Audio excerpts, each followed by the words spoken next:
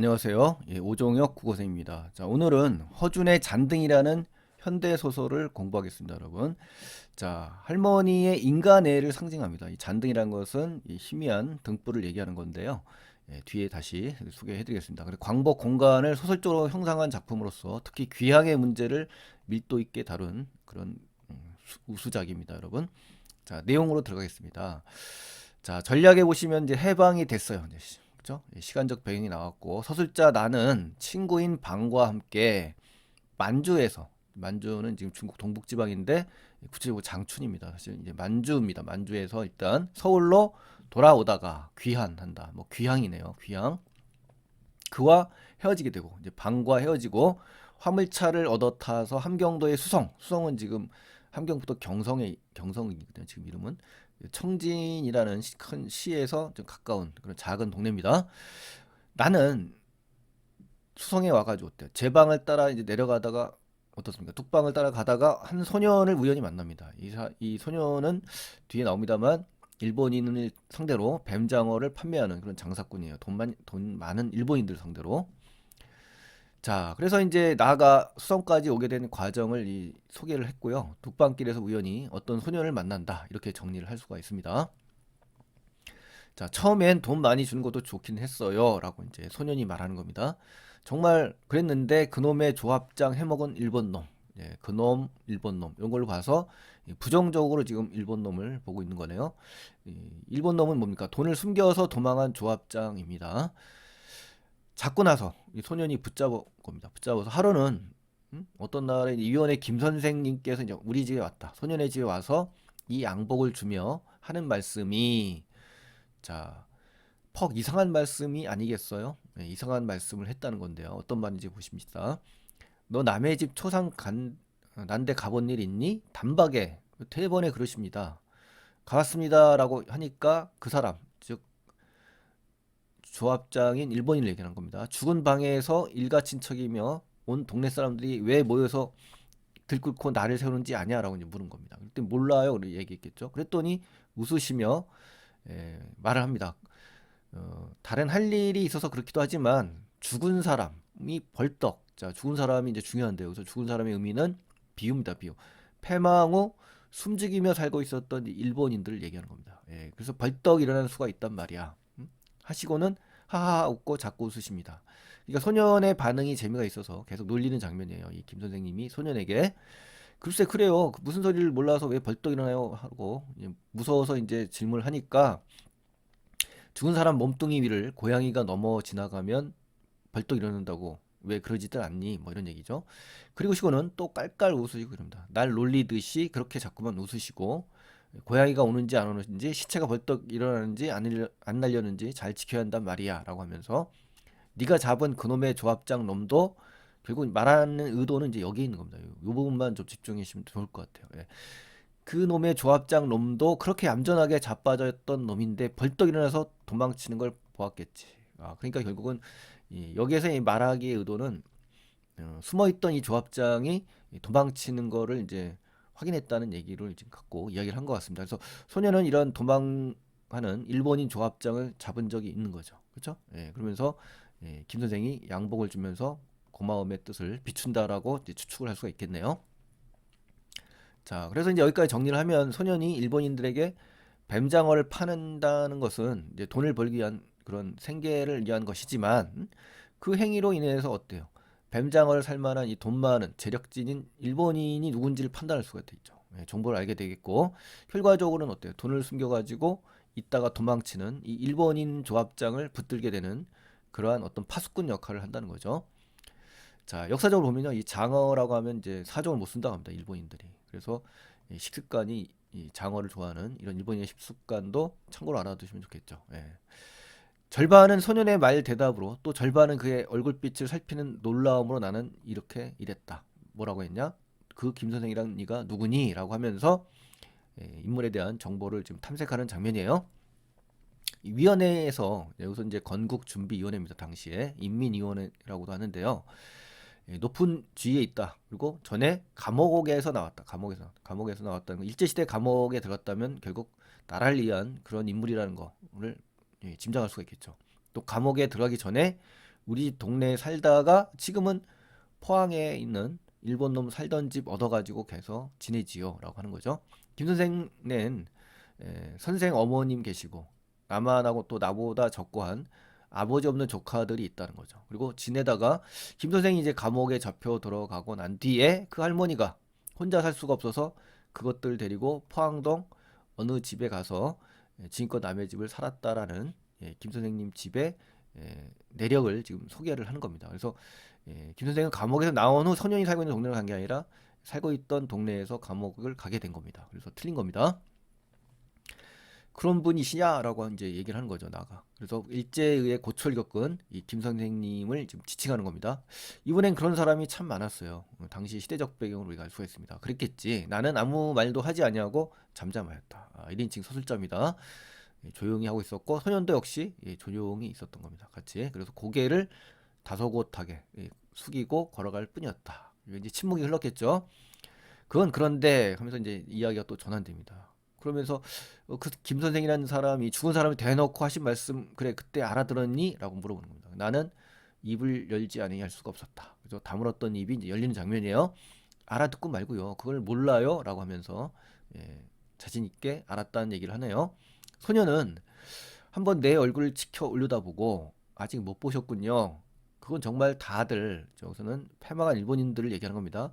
죽은 거나 매 한 가지다. 그는 다시 소년입니다. 처음에 흥분 상태, 그렇죠? 흥분 상태로 다시 돌아가서 얼굴에 엷은 분홍기가 떠오르더니 다시 푹 꺼져 들어가면서 이야기를 하는 장면이에요. 얼굴에 대한 외양 묘사가 지금 구체적으로 세밀하게 나온 겁니다. 내 뱀장 어깨나 사먹는 녀석들은 일본 놈들이죠. 어디다 숨겼던지 간에 숨겨서 돈푼 있는 놈들이 틀림없지만요. 라고 하면서 소녀는 이제 돈 많은 일본인들에게 고가의 뱀장어를 판매했다는 근거가 지금 나온 겁니다. 정말 다들 배가 고파서 쩔쩔맵니다. 대부분은 이제 다 기아에 허덕인다는 얘기죠. 그리고 다들 얼굴이 하얗게 됐고 가죽이 축 늘어지고 다리가 부들부들 떨리는 걸 가지고 밤낮을 모르고 망개를 이제 비라리. 자, 망개라는 것은 이제 달구의 사투리고요. 땅을 다지는 기구입니다. 농기구죠. 그래서 이러한 사투리, 이제 방언이 나오고 있다. 방언과 사투리가 나온다는 것은 뭡니까? 소설에 있어서 어떤 현장감과 사실감, 이 실제감을 준다는 그 생생한 현장감을 준다는 의미에서 독자에게 그런 의미를 준다는 거 좀 알아두시고요. 자, 비라리는 것은 무엇을 이제 구차하게 청하는 일입니다. 그래서 빌리러 촌으로 내려오지 않았습니까? 뭐 배추꼬랑이 먹고 고추잎을 따고 수박 껍데기를 핥는다. 이런 장면들은 뭡니까? 참혹하고 비참한 배고픔에 시달리는 그런 모습을 지금 표현한 겁니다. 그래 보다가 정 안 되면, 그죠?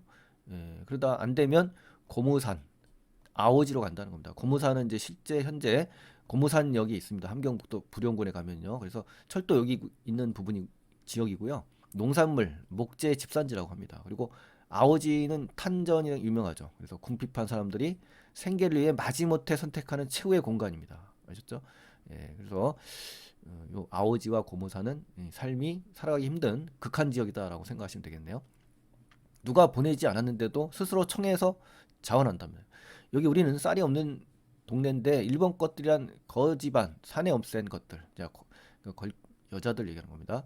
애새끼들만 오글오글 하는 걸 우글우글 들끓는다는 얘기죠. 그러니까 가난을 겪고 있는 일본인들은 주로 어떻게 되는 겁니까? 여성과 어린아이들이 대부분이라는 겁니다. 그래서 데리고 가기에는 어딜 갈 수가 있으며 그렇죠? 이런 데 따라갈 수가 없죠.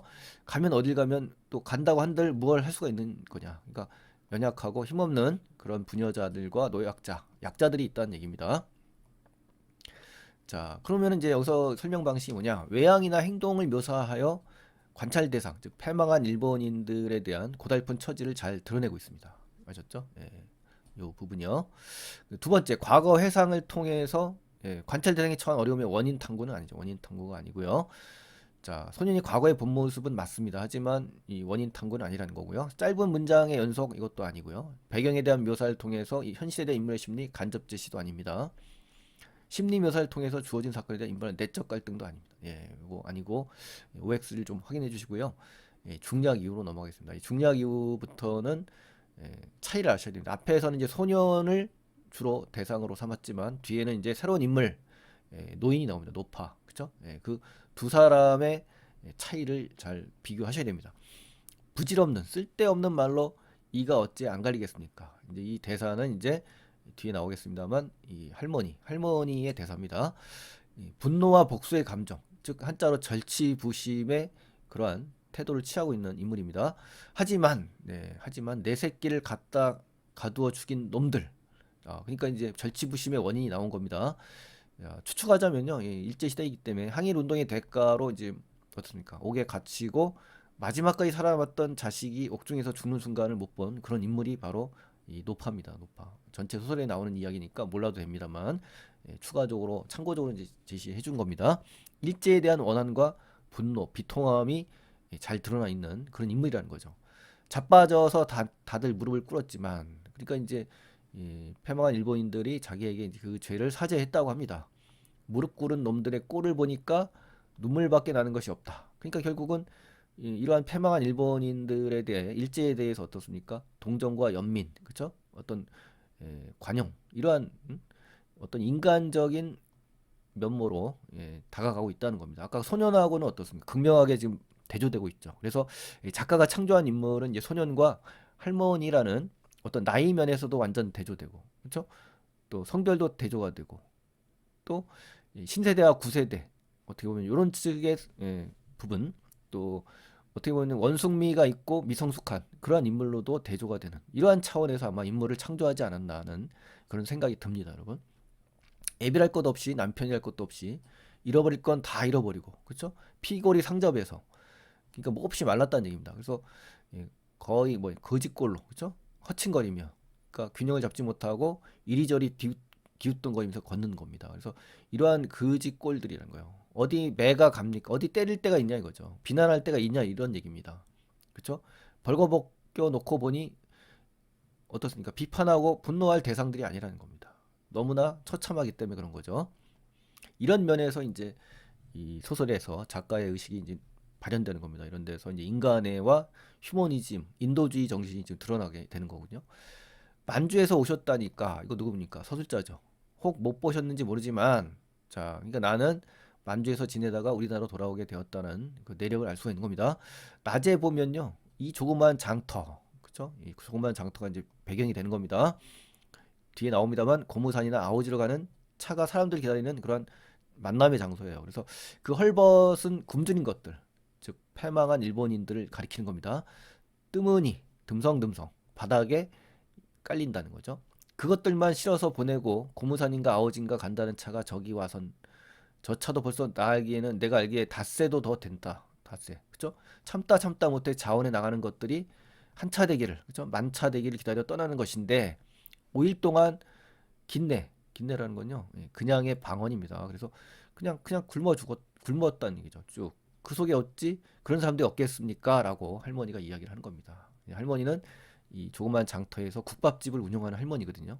그러니까 이러한 모든 그 과정 상황들을 볼 수밖에 없겠죠. 그러지 아니하여도 나는 할머니의 아까 그것들이 없고 안고 끼고 다닌다는 이 치근한 표현을 한 것으로부터, 치근하다는 것은 그들을 가엾고 불쌍하고 어떤 관용적인 정신으로 바라본다는 거죠. 그죠? 측은지심. 그죠? 측은지심이죠. 낮에 수성에서 돌아오는 길로 맞닥뜨린 사람들이 복잡거리는 좁은 행상로에 일어나는 한 장면의 짤막한 씬을 연상하게끔 만든다는 거예요. 회상하게 만드는 거죠. 누구로 하여금? 나로 하여금. 그렇죠? 그래서 노인은 국밥집 할머니인데 이러고는 말을 끊고 어때요? 흥하는 깊은 한숨을 들이셨다. 이 흥의 의미는 뭡니까? 연민과 동정의 감정인 거죠. 그래서 이 한숨이 의미가 상당히 중요합니다. 정리 잘 하시고요. 그래서 할머니의 어떤 인도주의 정신, 인간의 휴머니즘이 잘 드러난 부분이다. 주제의식과도 맞닿아 있기 때문에 이 부분을 잘 정리하셔야 됩니다. 자, 참으로 그 일본 여자는 업고 달고 또 하나는 손을 잡고 하면서 아마 아오지 가기를 기다린 차에서 기어 내려온 듯 가까운 행상로 위에 우두커니 서 있었다. 허옇게 퉁퉁 부어오른 얼굴에 기름때 전걸레 같은 헝겊 조각으로 머리를 질끈동이고 업고 달리고 잡힌 채 길 바추라는 것은 이제 바자의 방언인데요. 울타리라고 생각하시면 됩니다. 비껴 서 있었다. 머리를 동인 것만으로도 휘둘리는 몸을 어찌할 수 없는 모양으로 골살, 머릿살의 속어입니다. 그러니까 머리를 막 찌푸렸다가 펴서 하늘을 쳐다보고, 그렇죠? 또 찌푸렸다가 펴서 쳐다보고 하기를 한참이나 하며 애를 쓰는 것을 자기는 유심히 건너다보고 있었던 것이다. 그렇죠. 서술자가 이제 바라보는 거죠.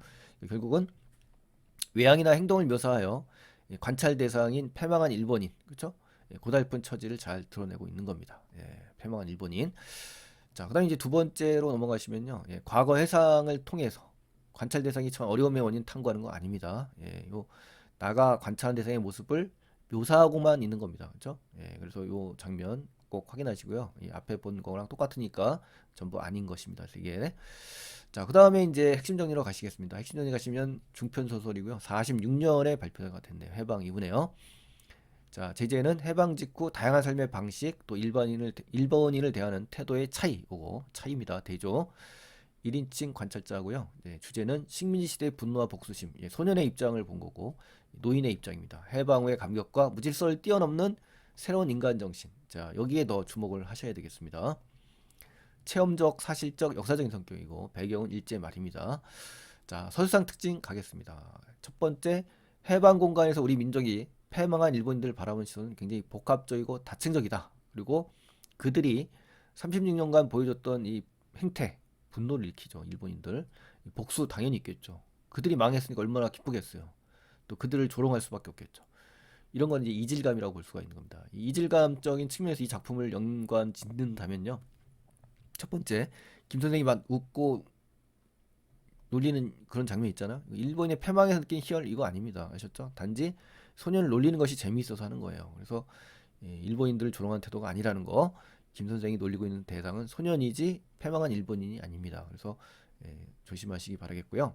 그런가 하면 패망으로 인해 자신이 가진 것을 잃고 굶주리고 핍박받는 존재들이 된 그들에 대한 연민과 동정 같은 어쩌면 이 고단한 삶을 경험한 것들이 갖는 동질감, 이제 아까는 이질감이었습니다만 여기서는 이제 동질감이라는 측면에서 비교를 하셔야 됩니다. 이질감, 동질감. 이 소년의 입장이라고 한다면 여기는 이제 할머니의 입장이라고 볼 수가 있는 거죠. 자, 노인이 한숨을 쉬는 것은 연민의 감정이죠. 그렇죠? 또 김선생이 일본 놈 집을 에서 살고 있다는 건 동질감 이거 아닙니다. 또 패망한 일본들이 버리고 간지 비어 있으니까 그냥 산 거예요. 또 노인이 때릴 때가 어디 있습니까? 라는 말 일본에 대한 분노의 감정 아닙니다. 연민과 동정의 감정인 거죠. 이것이 바로 동질감에서 불어난 감정들이라는 거 정리해 주시면 되겠고, 자, 이 작품은 이제 복합적인 시선들이 잘 드러나 있고요. 만주 장춘에서 이렇게 서울로 돌아오는 여로용 구조다. 그래서 나와 친구의 체험담이다. 이렇게 정리하시면 되겠고요. 광복을 맞이한 한국인의 두 가지 상반된 모습이 그려져 있다. 노인과 노파로 상징되는 그러한 모습입니다. 또 해방 후의 귀향의 감격적인 의식에 한몫을 되지 않고 냉철한 시각으로 인간의 의미를 깊이 있게 다룬다는 거. 또 귀국의 여정을 다루면서 시대 현실을 사실적으로 사실적으로 다 드러낸다는 얘기예요. 그래서 인간의 삶에 따뜻한 애정을 잔등의 불빛이라는 상징물을 통해서 탁월하게 그려냈습니다. 또 인물의 성격을 드러내기 위해서 서술과 대화를 막 결합하는 방식이 이제 혼합됐다는 거고요. 서술자인 나는 해방 전후 우리 사회의 모습을 냉정하게 인식하기 위해서 객관적인 거리를 유지한다. 이게 아주 중요한 말입니다. 객관적인 거리. 또 귀로에 접한 인물들을 통해서 같은 인간으로서 그렇죠? 측은지심을 드러내면서 관용의 정신을 발휘한다. 아주 중요한 단어네요. 이런 점에서 노인이나 잔류 일본인 등과의 만남은 정말 주목할 수밖에 없겠죠. 중요하죠. 또 패망한 일본인들을 바라보는 서로 다른 시선을 통해서 새로운 시대의 정신을 탐구하고 있다는 점에서 높이 평가받는 작품입니다. 주제의식이 들어있는 거죠. 여기. 중요하죠. 그래서 자, 4페이지 가겠습니다. 4페이지 가시면요. 정리를 하겠습니다. 나는 이제 어떻습니까? 식민지 체험과 거기서 벗어나는 과정 사이에 엄청난 간격을 느낍니다. 그래서 패망한 일본을 어떤 태도로 우리 동포들이 바라보는지 그에 대한 극단적인 예를 우리가 알 수가 있습니다. 첫 번째, 광복 이후 시대를 걸머지고 나갈 이 소년, 그죠? 미래지향적인 이 아이가 위원회에 고발하고 어떻습니까? 일본에 대한 증오심을 대변해주는 그러한 역할로 나오죠. 그 다음에 이제 청진역 근처에서 장사하는 이 노파는 일제 압정으로 인해 아들을 잃었습니다만 일본의 비리를 폭로하다가 죽은 일본인을 생각하면서 아들과 함께요. 패망한 일본인들이 거지 행색에 오히려 동정과 연민을 하는 그런 눈물을 흘리는 그러한 인물입니다. 그래서 이 두 사람을 통해서 어떻습니까? 나는 어때? 서술자는 이 광복의 흥분 상태와 균형을 잃어버린 증오심을 확인하게 된 겁니다. 그래서 패자에게 보내는 이 동정과 그 밑바닥의 더 큰 비애를 맛본 겁니다. 그래서 이 소설의 마지막 장면은 주인공이 회령에서 헤어졌던 방이라는 친구를 다시 만나서 서울로 향하는 기차를 타고 청진을 빠져나가는 걸로 이제 끝나거든요. 마무리가 됩니다. 자, 그거 확인하시고요. 이제 다시 한번 그 중요한 장면, 이 소년과 할머니의 이 대조적인 측면을 좀 공부를 하셔야 됩니다. 이게 굉장히 중요합니다, 여러분. 그 주인공 나가 제3자 정신으로 있는 거죠. 관찰자 입장에서. 자, 꿈틀거리는 뱀장어와 함께 싱싱한 삶의 의욕으로 가득 차 있는 모습이 소년입니다. 그렇죠? 딱 어울리죠. 나이에도. 할머니는 어떻습니까? 이제 앞이 얼마 남아있지 모를 정도 인생의 깊은 인정을 머금은 그런 한 점 불 그늘에 해당됩니다. 제목 잔등과도 이제 연관이 되는 거예요. 그 잔류 일본인에 대해 증오합니다. 처벌의 대상으로 보는 분노와 증오의 상징물이라고 볼 수 있다면, 할머니는 관용의 정사세, 또 잔류 일본인들을 불쌍한 피난민 동정의 대상으로 본다는 거예요. 그래서 이 소녀는 낮이라는 배경과 어울리고, 할머니는 밤이라는 배경이 어울리고, 그죠? 소녀는 너른 강가의 배경이 어울리죠. 이 좁은 장막, 그죠? 미성숙, 초월, 성숙한 거죠. 섬과 같은 짧은 빛이지만 잔등은 잔잔한, 그죠? 꾸준히 이어지는 그런 불빛이고요. 이 증오의 상징물이라면 할머니는 관용의 정신을 갖고 있는 그런 인물이라는 거죠. 자, 이 할머니 하면 떠오르니까 보니까요. 떠올려서 연상되는 작품이 윤홍길의 장마라는 소설, 혹시 아시나 모르겠는데, 이 장마에도 보면 어떻습니까? 예, 외할머니와 친할머니가 서로 대립을 하는데 어떻습니까? 국군과 인민군의 그 자식을 둔 할머니가 서로 대립과 갈등을 하고 있거든요. 그렇지만 이 분단 아픔의 이 동족상잔의 비극을 결국 어떻게 극복하냐? 바로 이 할머니처럼 휴머니즘, 인간애로 통해서 서로의 아픔을 치유하고 화해하게 되는 그런 극적인 장면이 나오거든요. 그러한 부분도 살펴보실 필요가 있다라고 여겨집니다. 자, 잔등이라는 건 결국 뭡니까? 중요합니다. 이 잔등의 의미. 꺼질락 말락하면서 어두운 밤을 밝히는 등불입니다. 그리고 여기서의 잔등은 국밥집 할머니가 방을 밝히는 등불이면서 늙은 할머니의 모습, 세잔한 모습과 또 짝 맞아요. 대응돼요.